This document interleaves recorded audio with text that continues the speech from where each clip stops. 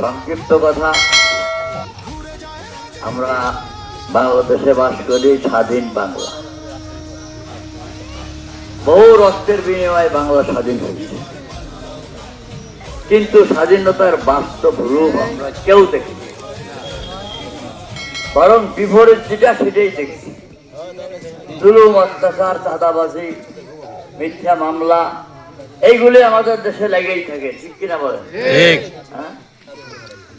স্বাধীন তো করছিলাম শান্তিতে থাকার জন্য, অশান্তি বাড়ছে না কমছে? বাড়ছে। এখন আমাদের কি করা উচিত? অশান্তি রাখতে চান না দূর করতে চান? দূর করতে চাই। দূর করতে চাইলে এই 11 দলীয় জোটের বিকল্প আর কোন জোট বাংলাদেশে নাই। অতএব আমরা যদি শান্তিতে বাস করতে চাই, ইজ্জত সম্মান নিয়ে বাস করতে চাই, নিজের বাস্তব প্রাপ্য অধিকার পাইতে চাই, তাহলে আমাদেরকে এই পথেই আসতে হবে, অন্য কোনো পথ আর আমাদের জন্য নাই।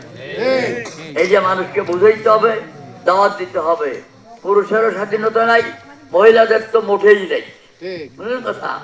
অথচ মাতৃজাতি, এদেরকে আল্লাহ অনেক সম্মানিত করে সৃষ্টি করছেন, কিন্তু আজ বাংলাদেশের অবস্থা, এদের ইজ্জত নাই, সম্মান নাই, এদের দর্শন করা হয়, লুটপাট হয়ে যায়, বিভিন্ন রকমের সমস্যা আমাদের দেশে হয়, হয় না? না হয় বলে?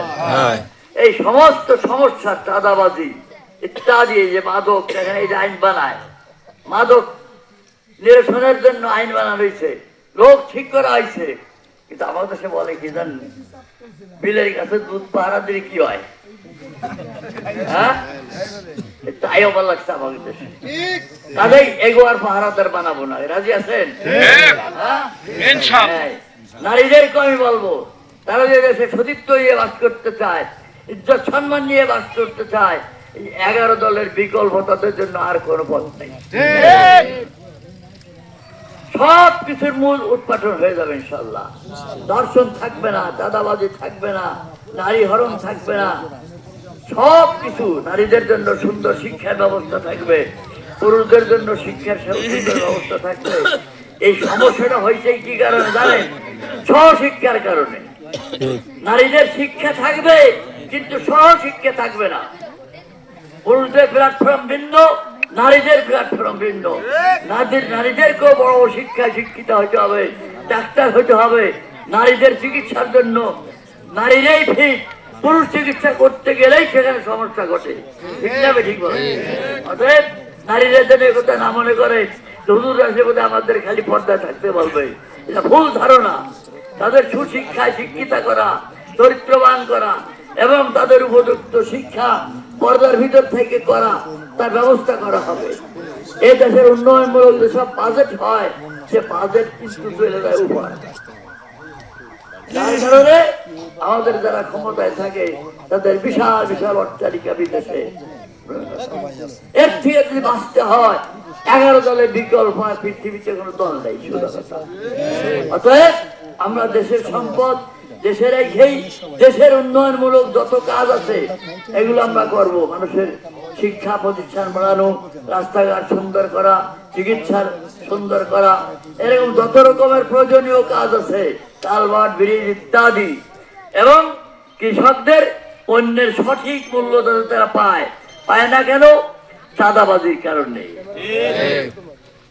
এই জন্য আমরা তাদেরকে প্রত্যাখ্যান করে আমরা এবার 11 দলে রিক্সা মার্কায় ভোট দেব। ভালো করে মনে রাখবেন আপনারা, বুঝলেন? তাহলে কিন্তু আবার বিফলে পড়বেন।